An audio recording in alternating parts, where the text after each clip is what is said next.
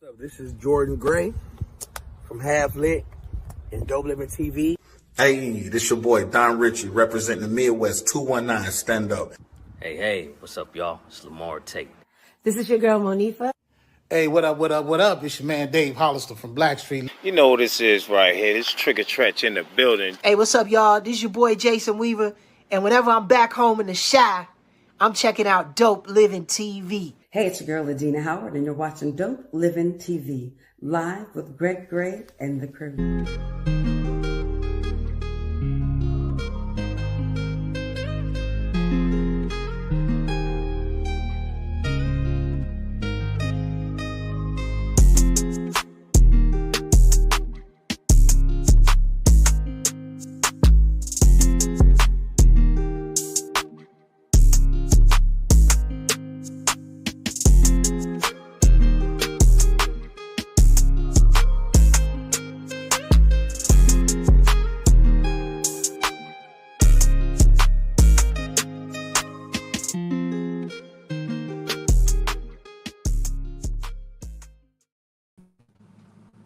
Hey, what's up? It's your boy Greg Gray. This is Dope Living TV Live. Let me start off by saying the views that are expressed on this Dope Living TV Live are not necessarily the views of Dope Living TV or its affiliates. Hey, man, this is our Talk About It Thursday. We just wind down things that happened in the week to us, things that happened in the world, get stuff off our chest.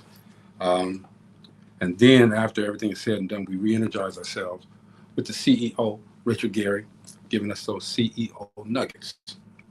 One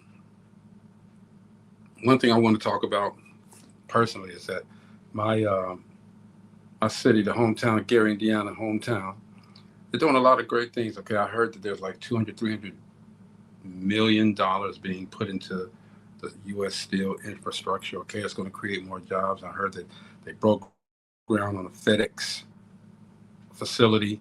It's going to create 600 jobs. That's amazing. It's a resurgence of what the city once, how great the city once was. So shout out to the mayor, Eddie Melton, my guy Markel Watkins. Shout out to the governor Mervin, whatever his name is. But shout out to those guys for making things different, making a change in the city. It's long overdue, and that's not by anybody's fault. Things happen, with the economy and the way that the government runs.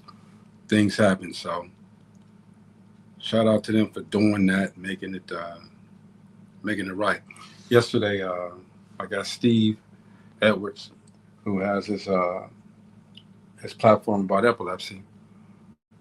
He was talking about something that happened yesterday, and I know he wants to get that off his chest. Even though it was a happy ending, we still have to watch out for our people, man. All of our people, we need to watch out for our young ones as well. When they go out to play, make sure you know where they're at. Most definitely, right, Mo? What's good, bro? Can you hear me, Mo? Can you hear me, Mo? Oh, no.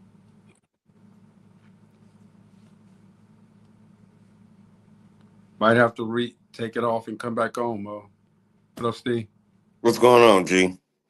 I don't know, man. Everything's everything. I was telling everybody that you were talking about yesterday. You were kind of really angry about it, even though it came out with a good result. Nonetheless, it still happened. Okay, you want to talk about that? Get that off your chest. Well, I just want to say this to all the parents, everything. When your kids go outside, young boys, young girls, always know where they have went when they go outside. And stop always putting that pressure on the older child that's outside with their friends. They out there playing too. Right, and their kids, they're going to lose that sight of that child. You have to know, and you have to keep an eye on your own child. And it doesn't take, a child can disappear in a matter of seconds. It doesn't take anything. It's a blink. Yeah. Yeah, definitely. And we don't have those villages everywhere where how we grew up, where if you seen right there, they calling your parents. Yeah. It's not like that no more. So always keep eye on your children. Always know where they're at all times because we have to. That's our And future, the way that they snatching them up now, man. Well, they man. snatching grown folks now too, but the way they snatching kids up is easy, man. You know, there was an instance in Illinois just a couple of days ago where they were talking about these guys had been in the community and they were coming up to these kids asking them that they want some candy and that they want some cookies and stuff like that. And you know, kids, yes, they want it. Yeah, They want it. yeah, So yeah. that's real. And you That got is to real. teach your kids not to want anything. No, I don't want. Don't even say anything. Turn around and run the other way. I know some little kids was taught to say, "Stranger danger, stranger danger." Scream it out if you got to.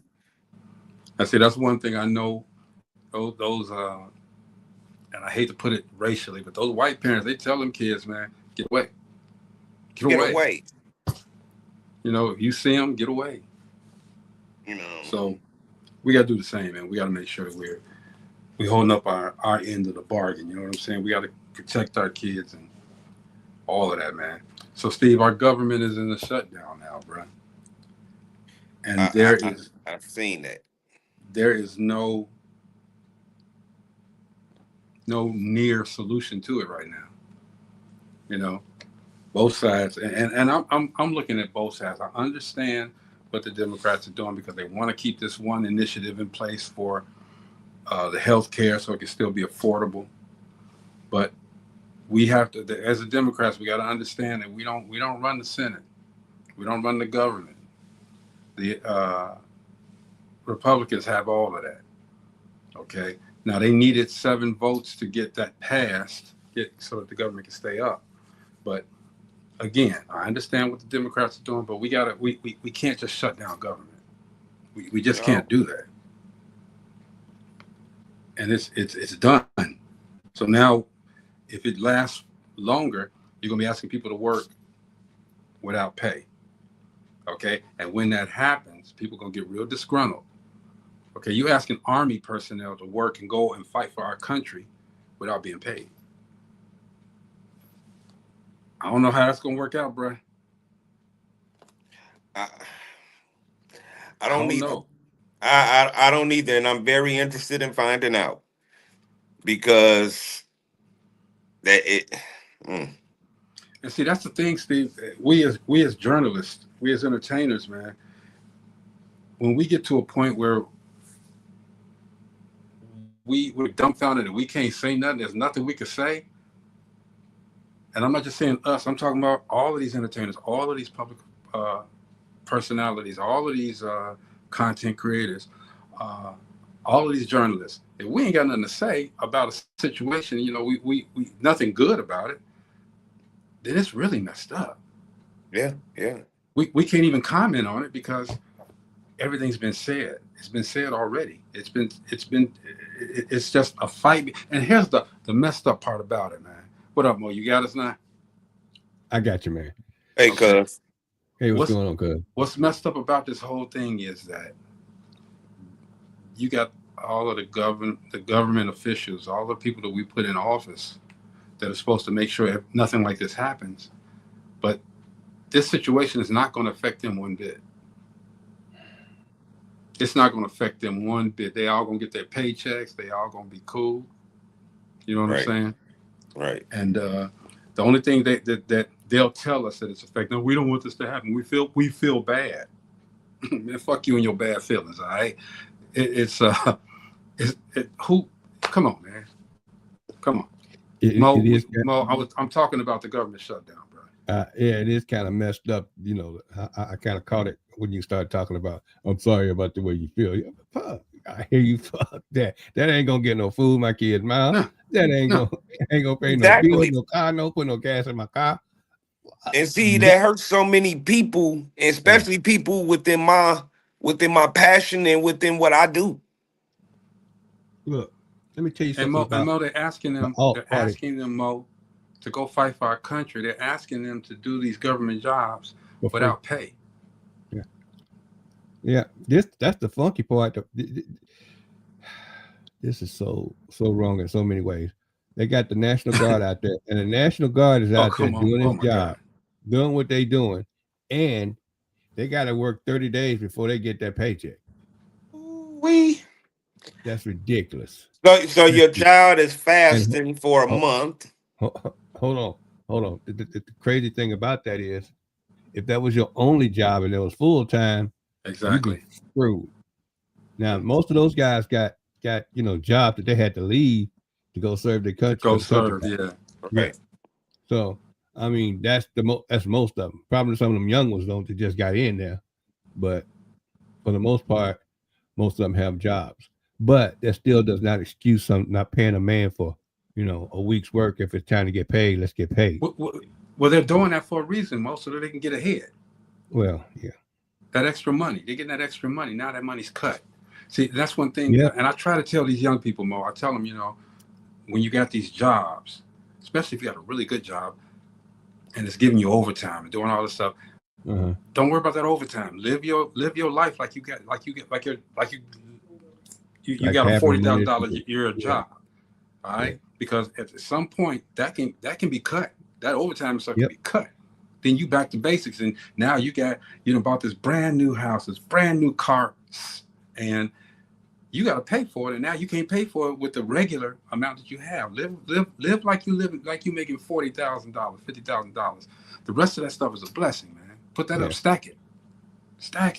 If you can't pay for it outright and have it, don't get it. There's a guy named Dave Ramsey that gives that very advice right there, every day. So I mean, and that's that's what he preaches. You don't go spend all your money just because you got it. Yeah. Put something up for a rainy day. Up to 6 months, and that's great. My brother taught me that, man. The one I don't talk to, he taught me that. The one I don't talk to, he is a brilliant guy, man. Okay, and I miss him because I don't talk to him. Okay, and I got to get that repaired. I do. Build that back up, bro. I am. But this guy, man, he has given me so much knowledge, so much business knowledge. Okay. Yeah. And but that's him though. A lot of this stuff he saw coming. He already saw this coming. Whether it was Trump or anybody else, he saw this stuff coming. So I mean, the biggest thing about this whole thing is it's all vendettas. Yeah. The stuff he's doing, it's not like Chicago ain't being Chicago, Memphis ain't being Memphis. They've been like that forever. Okay, if you want to do something about it, this is an extreme way to do it. Plus, it's not needed. That's what the local police are for. Those guys are trained to kill. They ain't trained to go in and restrain people. We had that problem back in Vietnam where we were supposed to be killing and we was police officers. So we ain't no police officers. Those guys are made to go to war when it's time to go to war to protect this country. Actually, that is what they do. They protect. That's the National Guard. That's here, although they go abroad a lot. I got 2 cousins that served, got a lot of time, and they'll tell you in a heartbeat. This dude right here, he in left field to catch his mitt. And what's so crazy about it is ain't nobody telling the dude he ain't got no clothes on. The emperor ain't got on no clothes, and that's what it is boiled down to, And you're exactly right. They scared to tell him because they see all the daggone stuff that he's doing to other folks that just talk about it. You know what I'm saying? See, that's my biggest problem right there, man. We all know right from wrong. We all know right from wrong. Exactly. So I don't care if you president. I don't care if you pastor of the church. If you're wrong, you're wrong. And I should be able to tell you that you're wrong. Yeah. I should be able to tell you you're wrong. This is not right what you're doing. I just saw something on YouTube where this lady was asking one guy about everything. And she said, well, Trump is unhinged and unwell. And the guy said, well, you got some on your side too. They said, and then she said, okay, come on, let's be real. Did you see how he did in front of all of those generals? Okay. And then the Republican guy, he said, oh, no, I didn't see that. Okay, you didn't have to see it on time, okay? It's all on YouTube, and I know you're looking at YouTube. Everybody's talking about what he did. He was unhinged. Well, and you got a and lot you're of gonna those tell cats. they close a blind eye, Mo. They Well, shut a blind eye to it. you got a lot of those cats that's ready to retire. You got a lot of those cats that just climbing up the so-called ladder, and if they got to kiss a booty to do it, they don't care. I get that, and they'll do it. But the problem is, you are destroying lives while you're on your way up there. That's the problem. You ain't got to worry about Trump. You're gonna have to worry about your maker, son. Oh yeah. Period. Period. That's what you got to worry about. That's crazy, man. So, that's what was on my chest. Steve got off of here, but I meant to ask him, was the little girl okay? That he got off yesterday for and went to look for. I know they found her, but is she okay? And, but that's okay. More than likely, she is all right. Hopefully, Steve is all right. When Steve pop off, I worry. Because again, he has epilepsy. Exactly what I was thinking. Same thing when you said. I was thinking to my mind. When he pops off, I worry a little bit. And shout out to Board Members Entertainment. Thank you for the shirt. They giving me shirts. Oh, hey man, we want to wear one of yours too. Let's not talk about that live, man. Let's not. We're gonna. We want to wear one of yours too. Well, bruh, no, I'm getting them printed. Mo, as a matter of fact, the first one come off of that press gonna be yours. I'm gonna tell him wrap that up and send it, please, quick. Not Pony Express. Send that by a rocket or drone or something. Get it out of here. Yeah. Get it out of here. Speaking of drones, man, my drone goes this high, and it stops. Just like hover mode or something. Stuck in hover mode. It stay hovering, man. But Steve, I meant to ask you, bro. The girl is okay, right? Yeah. Cool. But Good. I mean, you still don't. You got to keep an eye. And then to me, what kind of threw me off, they was really just too nonchalant. And I'm speaking on the parents. Because me, I'm going crazy. I was going crazy myself. Like, hey, right. And it's different between 8:30 in the fall and 8:30 in the summer. Oh, yeah. 8:30 in the fall, it's dark. Exactly. Shit. And you allowed it to get that dark before you even thought where she at. Shit. That's great. And then they knocking on your door saying, "Hey, have you seen?" Huh? I mean, they was knocking on a door next to me, and she had been gone from their house for 2 hours. That little girl was gone to church with her grandma. Damn. And like I say, she been left from there 2 hours, and it's 8:30. Y'all just looking for her. Too much going on, y'all. And it's a school night. Understand all this. And it's a school night. Put it all together. It's not good. It's not good. Keep an eye on your kids. Keep an eye on your kids. Hey, man, I wanted to say real quick, man, my guy out in Michigan, man, we about it yesterday. They're hiring in Michigan for the deregulated energy canvassers. It's not a sales job. You're not selling anything. You're just telling residents about Michigan's deregulated gas program and how they can save money on their bills. All right. Anybody's looking to save money, make sure you get call Ms. Harris, 910-600-554. 910-600-554. What it is now, y'all know how the big companies always had that monopoly, okay? NIPSCO had the monopoly, okay? So now there's smaller companies that can help you save money, all right? I'm gonna continue to talk about that for probably a few more days because it's creating jobs. For utilities or something. Damn. Helping them out, man. It'll save you money. So y'all get on that, all right? I'll put it up a few more days out of there. And tonight, right after show, D Stark show, sleeping with the boss's wife. All right, this is what D boy, y'all be coming up with some good ones. Boy, 6 months together. She's married 8 years. Now she's pregnant. Could it be his baby? What's your Dennis from Dallas too? D Stark. You know what the sequel called? What's that? I'm at the unemployment line. Yeah. You can watch this live right after our show at 9 o'clock now. He changed the time because everybody coming off our show, they missing half of his show. But it's on Facebook Live and YouTube, and he puts it down there. He said, "Ain't no show like the one we got." No, they don't compare now. Yeah. So that's what's up, man. Tonight we got Rachel, CEO. CEO Nuggets. You've been busy with her this week, ain't it, Steve? Yeah, I've been busy with her for the last few weeks. Yeah. And, it's good to have a platform and have somebody that can come to you and you putting your trust in them and they validate that trust and it works. Hey, just for the upcoming seasons, season 2, season 3, hey, get on it. Get on it. When you see it, the CEO mastermind classes, it's worth it. Yeah. 100%. Yeah, I hear y'all doing y'all thing, all right? And somebody who I forgot who it was. I think it might have been my son. He said, "Well, Dad, so you arrogant, right?" I'm like, "Excuse me?" He said, "Rachel helping them get that money. Don't you want some more money?" I said, "Well, I owe Steve 10, yeah, but that ain't gonna I don't need the money like that." He said, "Well, Dad, you arrogant. You got money, and because you got money, you don't think you can enhance what you're doing? You need to get on that." He said, "I'm gonna sign you up for it." I said, "No, don't do that, okay? Don't do that."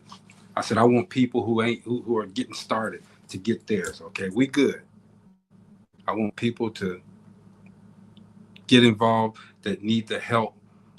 Yes, we all could use help in whatever we're doing, okay? But I want people that haven't even started their stuff, who have an idea to go to Rachel and say, 'Hey, man, I need your help.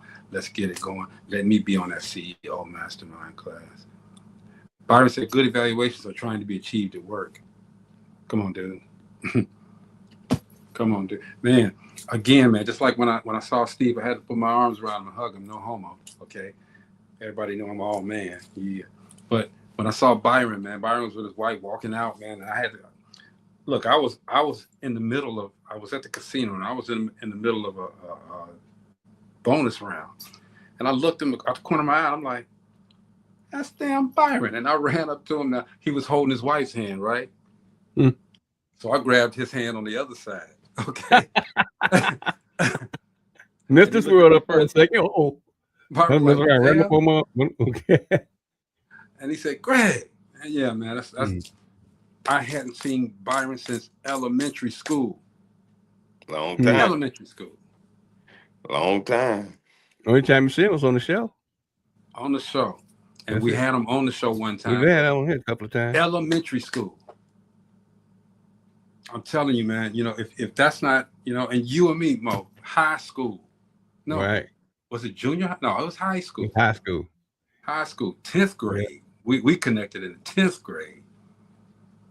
As soon as I got there, because I went to Tolleson in the 9th, but 10th grade, I connected with this cat. You remember Mr. Harris, right? Yeah.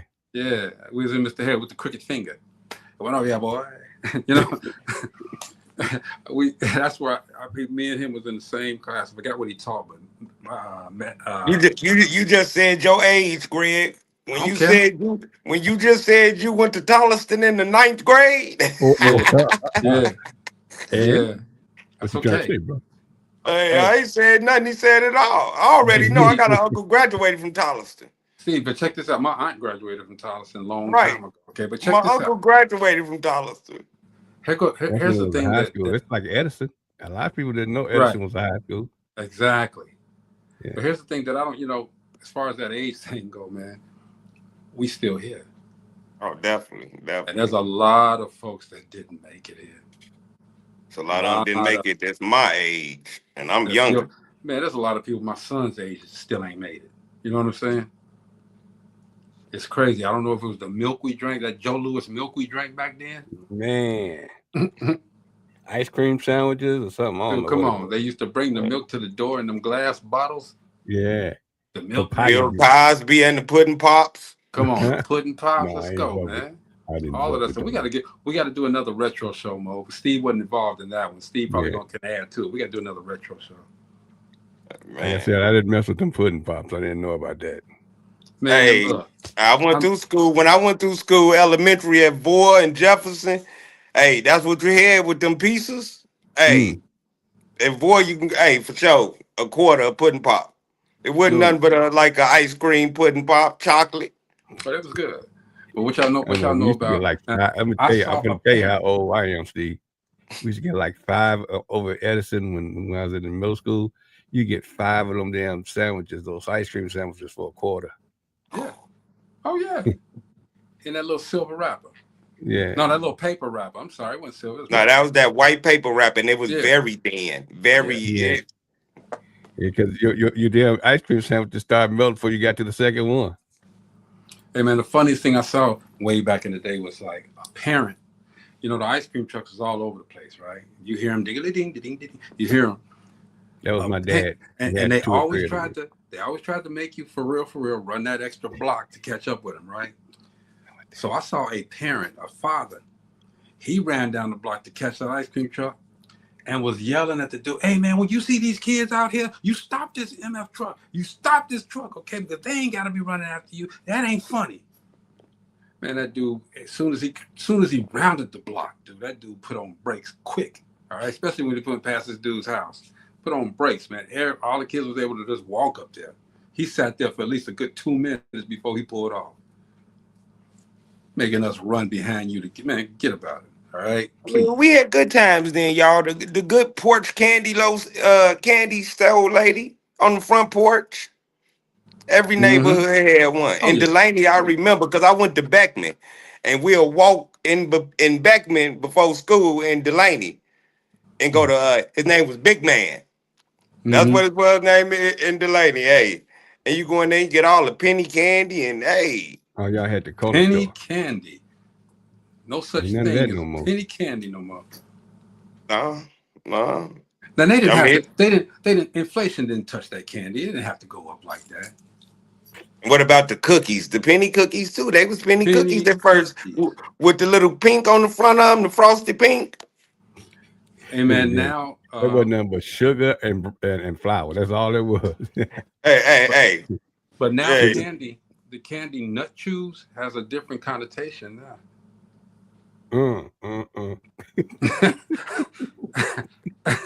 Nut chews. Come here, girl. On that note, man. And then if you got dyslexia, chew these nuts. Now, let me stop. Give me one of them. Chew these nuts, man. Chew these nuts. Ooh, boy, we stupid on the Thursday.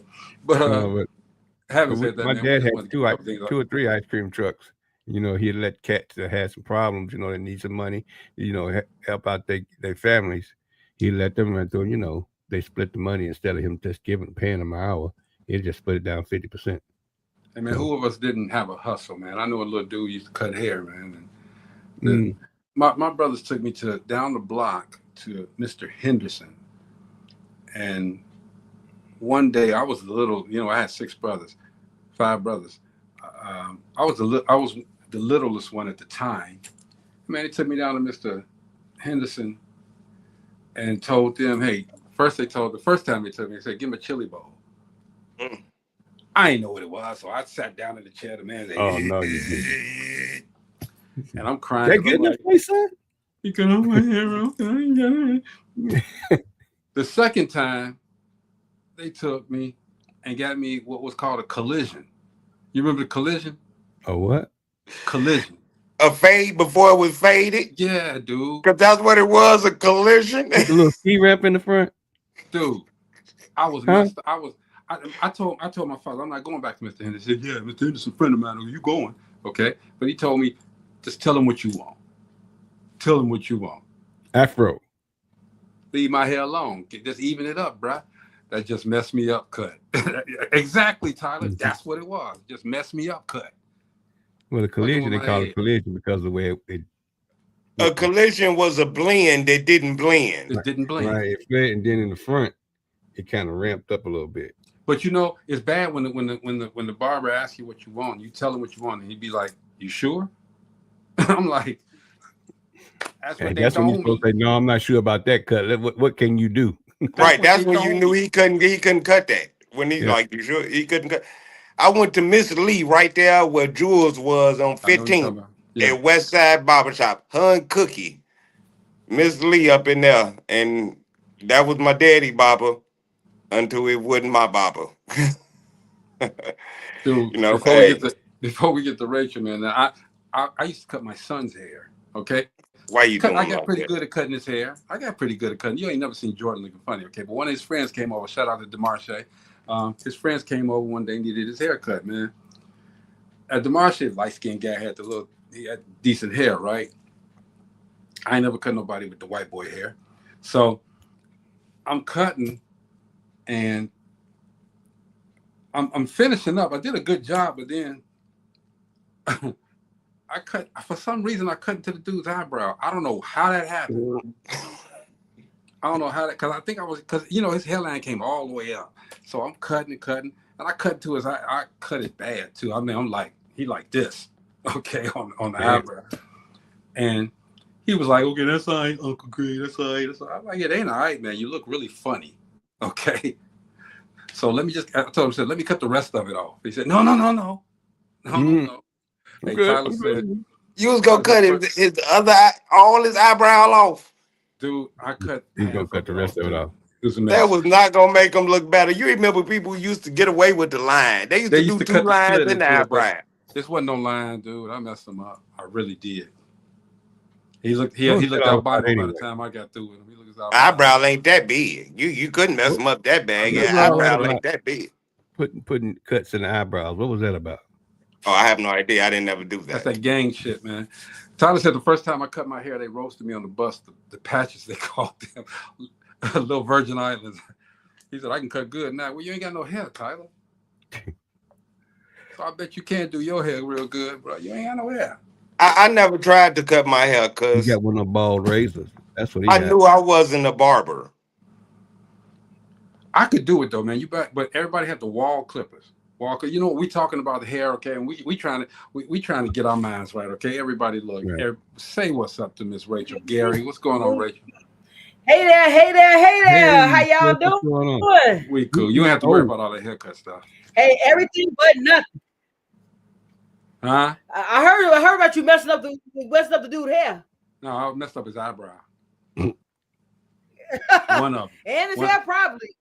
Looked like the hair was cool. The hair was cool. Looked like he was always inquisitive, though. When I got through him, he was always inquisitive. It looked like he was always thinking. Hello, gentlemen. Man. So what's up this week with the leadership coach, Rachel Gary? What's going on? Hey, we're moving around, making things happen, having great conversations with mentees.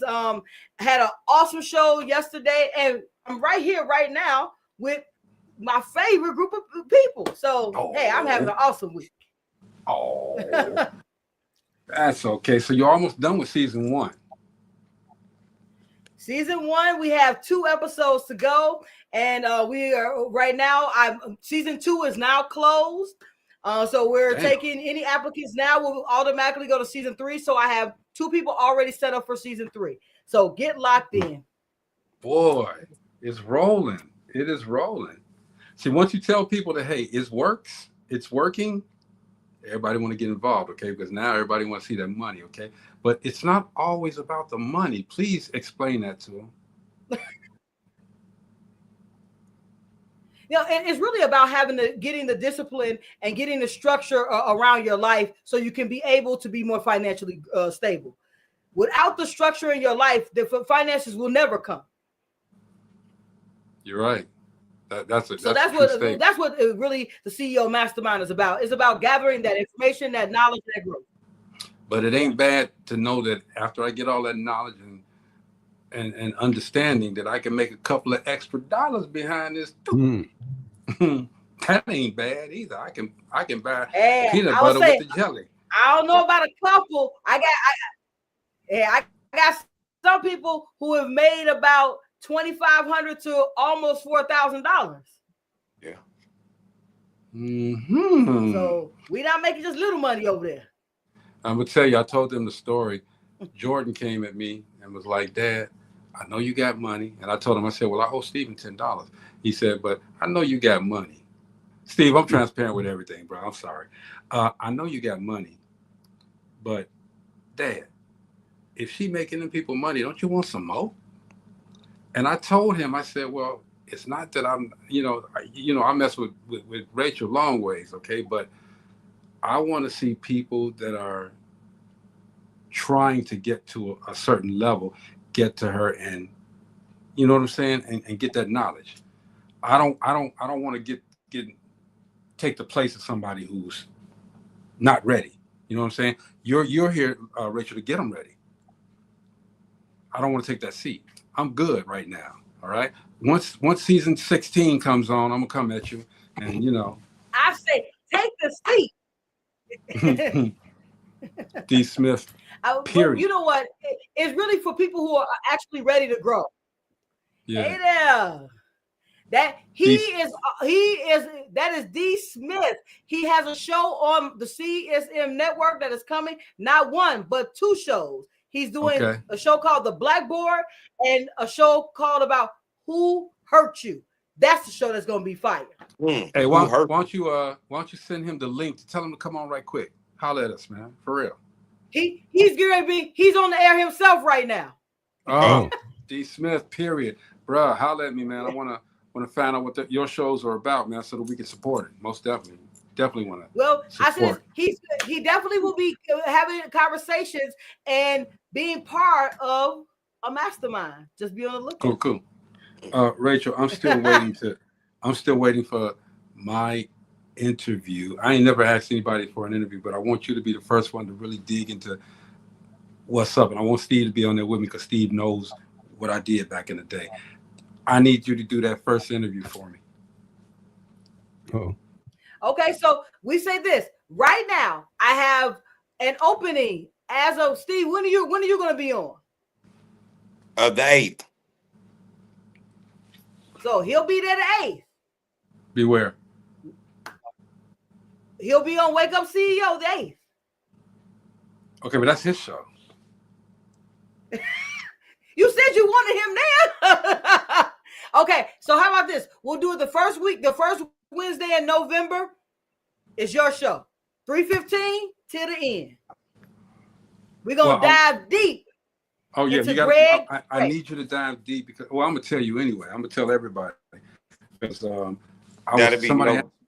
November 5th. Asked me a question. Okay, November the 5th. Somebody asked me the question, and I'm like, I don't talk about it. I don't talk about it, but they said, well, you should. Shout out Katina Fields. My publicist said, Greg, what you waiting on? Okay. I'm going to talk about it. I'm going to talk about it as much as I can until I get tired of hearing about me. Because that's one thing I don't like to talk about is me, So, but I got to get it done. D. Smith. You guys heard it right here on Dope Living TV. He's going to be there November 5th. November the 5th, okay? You can go to YouTube and you can see the first teaser from, and I'm going to tell y'all this too, from and I know this is the CEO part, but let me tell you this. So I had 3 seconds on Kanye's documentary, right?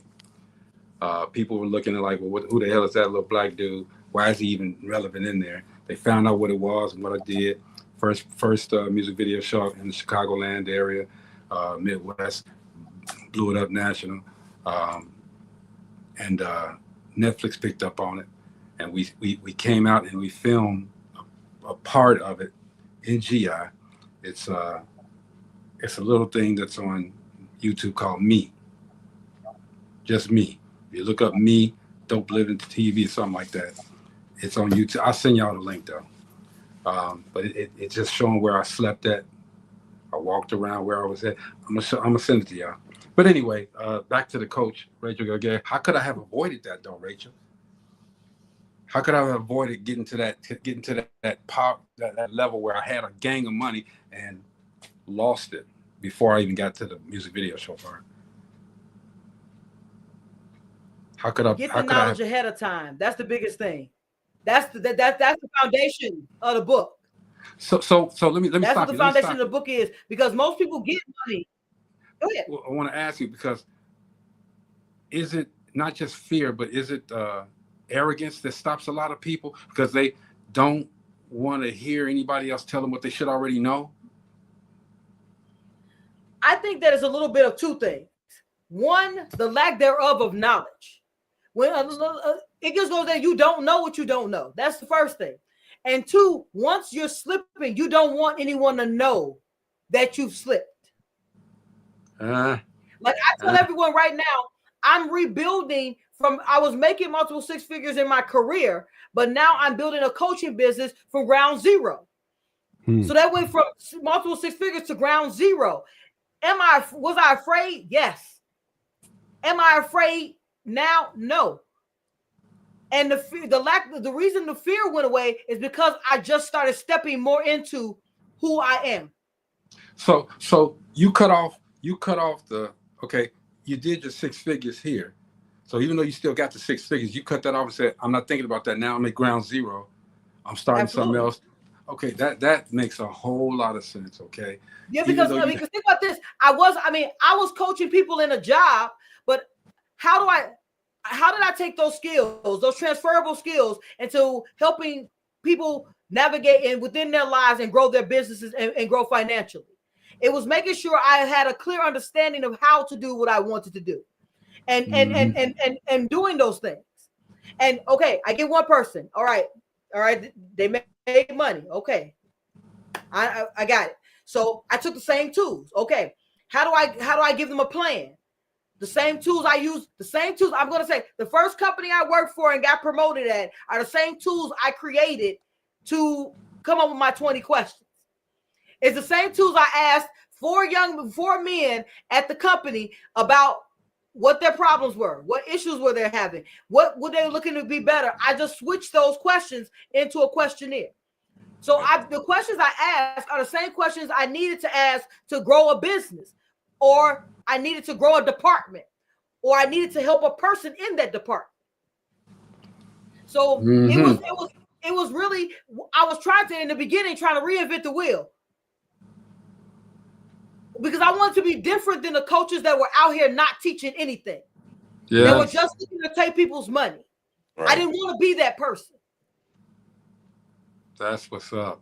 And that's what makes you stand out more than anybody else, because we talked about that before. Matter of fact, I had that in mind as a guy that used to be on here, man. What are you paying these people all of this money to go hear him talk, and he ain't talking about nothing? You know what I'm saying? Let's keep it 100, man. I'm sitting. I am looking for that application for that job, because I know I could get a promotion now. I am looking for that, and that's why I am looking for that application for that job, because I smell the promotion. Bro, it's ridiculous. I sat and listened to some people that were motivational speakers. I'm even gonna call Les Brown one of them people. Okay. I love Les Brown. I love him, but Les Brown, if you ever watch this show, I would like to be on a stage with you. That is my ultimate goal. Okay, but Rachel, you get on the stage with Les Brown. He getting up there in age, so I gotta hurry to get on that stage. I'm saying, you get up there with Les Brown, he quitting that day, okay? It's over. He gonna quit that day. He had his time, okay? And he's not to go. Let me take Les Brown out of it, okay? Let's call Tony Roberts, okay? Dude, giving all of this stuff and getting all your money, okay? Rich, he's flying all over the world doing all of his stuff, okay? But what exactly did you tell me that I didn't already know? I'm sitting here listening, and I'm like, okay, I knew this. Tell me something I don't know. The thing about Les Brown, he was a motivator. You know, he was somebody that continuously motivated, and he did it by repetitiveness. In other words, confirming what you were thinking in your head. He did it that way. So, confirmation of your thoughts, and you were buying confirmation. Damn that. Okay, I don't need nobody to confirm. No, damn that. I'm sorry. Give me something. In all honesty, go ahead, Mo. I want Mo finish. I'm sorry. Go ahead, Mo. I felt the same way. I ain't gonna lie. I felt the same way until one day I was sitting in a management position, you know, and a lot that was confirmed was what I learned. You know, it was required for management. And a lot of the stuff that I learned, it was just a confirmation. In other words, when you made a decision, you was real confident of the decision you made because it was confirmed. If it was not, you still can lean back on some of the things that you learned from that class to help you make a better decision. It wasn't always you knew everything as much as it was confirming what you did know and what you didn't know. That was a big thing. Well, I will say this for me, and I'll get off Les Brown after this. For me, I listened to Les Brown in 2004 every day for 10 years. For 10 years, I listened to Les Brown every day because of the positive the affirmations, the positive reinforcement. I listened to Les Brown and Zig Ziglar. Zig Ziglar, I was ready to say Zig Ziglar goes level. Yeah. Years. 10 And years. I listened to it too. Every single day. To this day. I didn't read Sam Walton's book. I read Sam Walton's book. Uh-huh. But I would say this. I listened to them too because of this.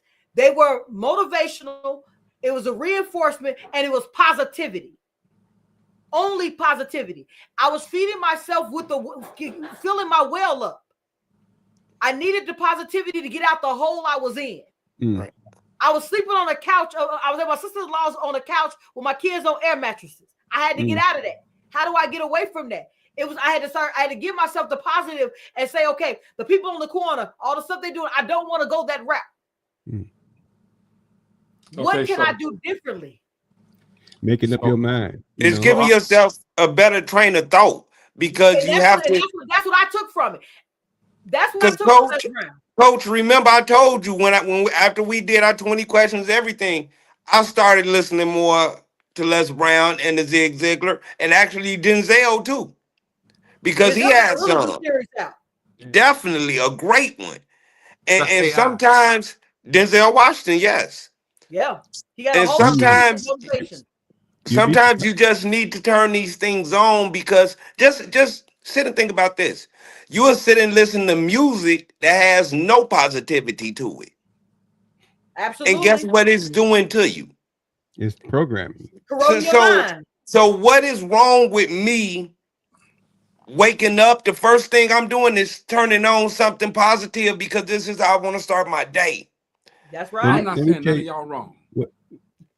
I'm not saying none of y'all wrong, but I'm saying when I listen to them, and y'all can say what y'all want about me. When I listen to them, I haven't gotten this far not knowing what I'm doing.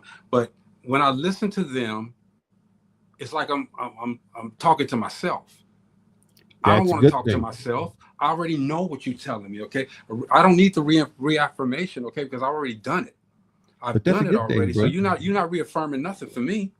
That's a good thing. I mean, I say like for me, Greg, as I said, for me, I didn't have any in my at that point in time. I was at the lowest point in my life. When I was sleeping on that couch, I mean, I had went from having hundreds of thousands of dollars in cash to I'm sleeping on a couch, and my kids I'm trying to figure out where they're gonna eat. I borrowed gas money from you during this whole time. It's how I got home from work one day. The $20 I borrowed. But I would say this: I went from where I had money, I would have never been in that situation. So I needed the positive. So for me, I hear it was that feeling the well. I'm not saying y'all now wrong. that well is full. That well is full. Now to myself, I can pull every day that life has a positive ring every single day. When I wake up every day, I am bringing the affirmation out of me every day. You know who I listen to? I listen to the dude that used to sell incense on the block. I stopped and talked to him, okay? Incense on the corner. Stop and talk to him and ask questions about Sir Mac. Sir Mac, what he's doing, how he's doing what he's doing, okay? Because Sir Mac got plenty of money, okay? Believe it or not. When I asked him how he's doing what he's doing, why is he out there like that? The perception was that he didn't have anybody he did. Okay. I asked Miss Gerald Ballard from Channel 18 cable station. I asked her questions. I asked those people. These guys, sometimes for me, and even when I go out and talk, okay, I'm not telling these guys this is what you need to do. This is how you should do. This is what I feel that you need to do. I tell them this is what I did and it didn't work. All right. How did I get and this worked for me? I'm telling you what works for me. I can't, you can extrapolate some of the information from it and maybe that would fit you, but don't try to do it like I did it. It won't prosper you. It won't work. All right. You know why it's kind of different, G? Because what they do is their job. Right. Let's see. What I did was I trained that way. The way Greg is talking about. That's the way I train people. I gave them the script, but they're not gonna sound like me. Exactly. However, you feel like, you know, as long as you're getting the message across or the job done, and this is your ABC and 1, 2, 3. That's it means real. Comes to an end. Yeah, exactly. I'm telling you how to do the job. As long as you tell me, hey, this is where I'm gonna do it. This is where it's gonna sound. It actually goes back to when me and a DJ. You know, you got DJs can out there can project, and then you got some DJs that talk real low and real sexy and get it going. And that's on purpose, Mo. That's on purpose. Yeah. You know, yeah. But they saying the same thing. Like for myself. Go ahead, Sergo. I was just gonna say they say the same thing. It's just it fits them because of the way they speak or the way their action or mannerisms are. Okay. I get what you're saying, bro. Yeah. I got you. Go ahead, Rick. Like for me and my program, for me and my coaching program, everything is centered around that person and what journey they're on. Mm-hmm. And that's how it's lined up for their journey. Yeah. So when I sit down after the 20 questions and we put together a plan, then we sit down together and make sure, okay, does this work, this work? And are you okay? Does this all work for you in your 10 weeks? Are you going to be able to execute this 10-week plan? Steve was in there. Is that how it went, Steve? Yeah, everybody's is to their self, to their personality, to their person. And because everybody can't be the same. And that's the way it should be done. Okay. That's the way it should. And I applaud you for breaking that mold, Rachel. Okay. That's why people are going to come to you. That's why it's going to happen greatly for you, because you're not telling them this is what you got to do, this is what you got to do, this is what you got to do. You're asking them, what do you need? Where do you want to go? Because it's a collaboration. I mean, I will say this. There's no one size fits all. It's just not. It's not. What I talk about in hashtag poverty to six figures is all about you building your own roadmap. I tell what I did. I give a framework, and what happens next, Steve, in the book? You write your own. Right. You lay it out. It with help, but it's all on your own. Mm-hmm. It's how the specifications that you need for your progress. And that's why they should change that. That's why they should change the title from motivational speaker to leadership coach or leadership and that's speaker. why I don't have inspiration. I told you I'm not motivational. Motivation is internal. Mm-hmm. I'll have inspirational words. I consider myself a leadership coach because I am just having a conversation to remind you who you're trying to be and help you along that path. I appreciate that, Rachel. Shanisha Marie said, building your own roadmap. I love it. Tyler asked a question. Do you think going through the struggle was a catalyst for growth that is avoidable or mandatory to fuel the fire? It depends on the person's personality, doesn't it? I would say, yeah, I agree with Steve on that. It depends on the person, because sometimes the fire will burn you. Like my book, Forest and Fire, there's parts in that book where I'm feeling like I'm on fire. And to be able to get through that fire, some people don't make it through. Some people get engulfed in that fire. Yep. End up in jail. I think that, I mean, my life could have been totally different if I hadn't have sat there in 2004 and came up with a goddamn plan to not be the person on the corner, not be the people I saw, to be someone different. So what I did was I pulled every positive person or every positive thought that ever came my way. I went back to when my grandfather, when I was out there with Clark Burroughs, Jesse, my brain is what's his name? God daggone. Jackson. Thank you, babe. Jesse Jackson and John Strozier, when they were on the golf course, when I met Clark Burroughs and he was sitting down and he made mention, I remember those things because it let me know this, that the corner wasn't all there was. Nope. So I had to put that in my mind that there were Black people that were wealthy. because then that let me know that it was possible for me to make a change. And I had to feed that to myself every day until I made that change. Not impossible, but I'm possible. Hey, Tyler said being homeless will motivate anyone where learning a tool could never. I'm with you on that, No, little I brother, know. for real, for real. And that's not totally true. There's people homeless right now that are Rembrandts. Yeah, because but if you're homeless, because you've been there, I've been there. I've been there. Hey, we all been there. If you're homeless, most people, I can only speak for myself. I said I can't get no lower than this. So the motivation for me is to get up. But that's not everybody's thing though. Some people learn that from. Let me tell you a quick story. I know this gentleman. I won't say his name. I know this gentleman who slept in hospital rooms, homeless, for years. 4 years. He would not. He was an able-bodied guy. Could get a job and get his life together. Did not. To this day, he has a home, but he does not have his life together. So him being homeless did not correct his thinking. He didn't get the motivation to make a change, a shift. Yeah. And maybe he didn't have that person in his mind that I can do it. I've seen someone else do it, so I can do it. Yeah. Okay. Well, I tell people I want to be the change I see in the world. It kicked him into I want to be that mode. change. So when I saw coaches who were taking your money and were not giving you the goods, who were setting you up for a class for you take this class, so then you get a little bit of information, then you take a class that's $20,000, then you get the goods. They don't got the goods in the first place. Come on. To give them away. I got you. They good at selling you a dream. Right. Yeah, and they selling you a dream. I didn't want to be that person. So as I said, I made sure before I coached one person that I had a plan that I could coach two. Okay, real good. We need that exercise though, okay? Every situation Is that time already? Is that time already? Shanisha Marie. Yes, that time already. Let's get that exercise in. I gotta actually go to a Zoom call at 8:00. All right. So we're gonna get you. And I do too. Wait, real quick. Hey, I thank you, Coach Rach, for being on here tonight. I gotta hurry up and get off. It's the boy time. Yeah. All right. Spend time with the baby. You gotta give him his time. I gotta put him to bed. Hey, you interrupted my exercise. I'm sorry, Coach.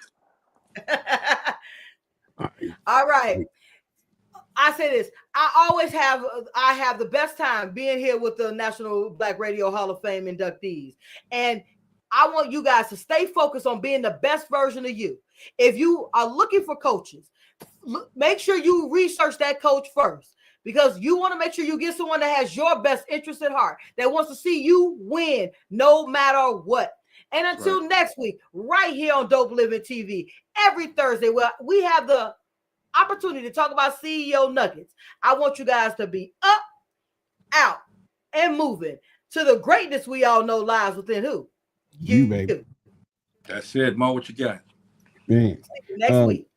I used to say this all the time when I was training people, and I said, you can ask me anything, you can't tell me nothing. They go like, what? I said, think about that for a minute. When you're telling somebody to do something, it's like a force. But if you're asking them, they have a chance to either agree or disagree, and you get to find out really the way they feel. Love that. Rachel? Yeah. I've been in that training situation. Those, Zig Ziglar, it used to be mandatory for us. Zig Ziglar, and I was telling them about Dave Ramsey and some other financial people earlier, but I've been in those, and I'm gonna tell you something. Les Brown, first time I saw him, actually I saw him on PBS. I saw him on PBS, and that's the first time I saw him. Went to see him live one time in Chicago, and was in Dallas. I mean, it's so many of those sales classes and some of those management classes that they picked up. And these weren't, these are 4,500 companies I was working for at the time, and they made sure that if you was out there training their people, just like you, if they were training their people, that they had a script to follow. And it wasn't the exact thing you followed. You know, you tailored it to the way you think, the way you talk, the way you get your points across people, as long as it said the same thing. That's what you do, sis. She And you does. do it well. She's good at it too. Hey man, don't forget to check out the D Stark Show. Sleeping with the boss's wife. They 6 months together. She's married 8 years. Now she's pregnant. Could it be his baby? Ooh. What should Dennis do? From Dallas, That's okay? Tune in tonight, 9 o'clock, okay? Facebook Live and YouTube. Rachel, thank you for coming on and taking us to the weekend. It's nasty. All right. Have a great day, gentlemen. Most definitely. It's Dope Living TV Live. We'll see you guys on Monday, all right? Peace. All right. Peace.